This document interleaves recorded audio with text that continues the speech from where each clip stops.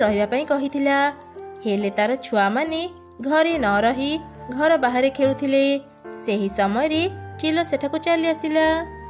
ବାଃ, ଆଜି ଯାଇ ମୁଁ ସୁଯୋଗ ପାଇଲି। ଶୀଘ୍ର ଯାଏ ଏଇ ଚଢ଼େଇଛୁଆଙ୍କୁ ଖାଇଦିଏ। ଏମିତି କହି ଚିଲ ଯେମିତି ଚଢ଼େଇ ଛୁଆଙ୍କୁ ଖାଇବାକୁ ଚେଷ୍ଟା କଲା, ନଦୀ ଭିତରୁ କୁମ୍ଭୀର ବାହାରି ଆସିଲା। କୁମ୍ଭୀର ଆଉ ଚିଲ ଭିତରେ ଖୁବ୍ ଜୋରେ ଲଢ଼େଇ ହେଲା। ସେତେବେଳେ ଚଢ଼େଇ ବି ସେଠି ପହଞ୍ଚିଗଲା। କୁମ୍ଭୀର ଚିଲକୁ କାମୁଡ଼ି କାମୁଡ଼ି ଏକାଥରକେ ମାରିଦେଲା। ମା, ତୁମେ ଆସିଗଲ? ଜାଣିଛ, ଏ ଚିଲ ଆମକୁ ଖାଇବା ପାଇଁ ଚେଷ୍ଟା କରୁଥିଲା। କୁମ୍ଭୀର ମାଉସୀ ପାଇଁ ଆମେ ବଞ୍ଚିଗଲୁ, ନହେଲେ ତ ଏ ଚିଲ ଆମକୁ ଖାଇସାରନ୍ତାଣି। ତୁ ଏ କ'ଣ କହୁଛୁ?